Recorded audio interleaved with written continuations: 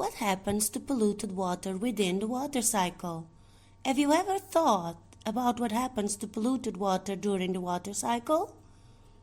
With this experiment, it's possible to reproduce the water cycle with few materials, easy to find at home or at school. The water on Earth is being contaminated, causing natural disasters. Do you know causes of water pollution? Here are some examples. Sewage and wastewater, oil spills, industrial waste, agricultural runoff, plastic pollution, and radioactive waste. Do you know the water cycle? The water cycle involves the continuous movement of water from the Earth's surface to the atmosphere and back again. The key stages in the water cycle are evaporation, condensation, and precipitation. On Earth, water is collected in lakes, rivers, and oceans.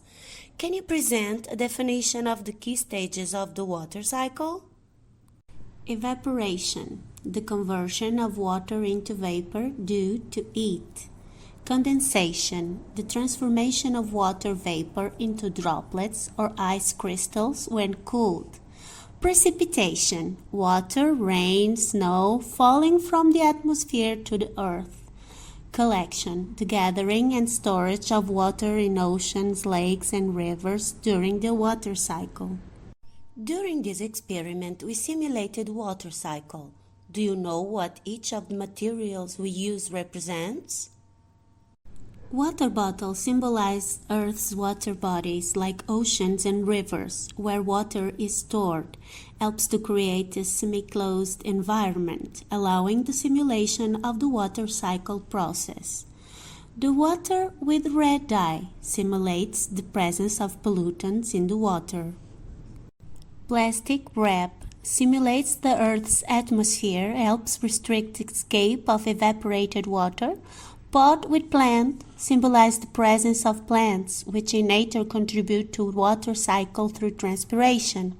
And finally, the stone simulates a cloud, aiding in the formation of the water droplets, like in condensation. What happened to colored water during the experiment? When we place the assembly near a sunny window, the sun heats up the water, which turns from liquid to vapor. This process is called evaporation. When the warm water vapor comes into contact with the cooler surface of the plastic film and even of the water bottle, it cools and transforms back into tiny water droplets. This process is called condensation.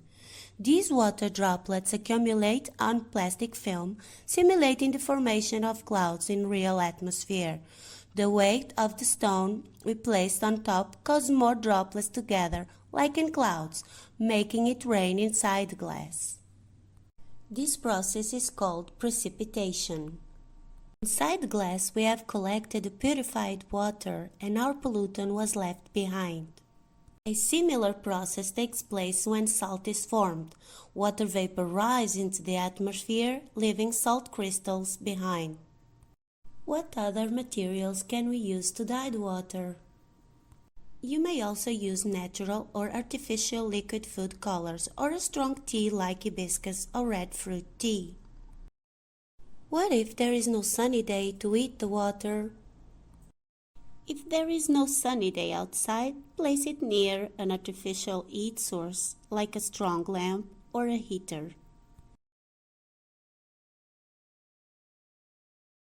In nature, the water cycle is a natural water filter, but as you can see in this experiment, the pollution remains in the nature, so it is very important to not pollute the water. Water is essential to life. The United Nations Sustainable Development Goals are a global pact to protect the planet and humanity. Goal 6, clear water and sanitation, and 14, life below water, must be put into action to protect water and life on Earth. Wastewater treatment plants are places where water is purified. But that's not enough.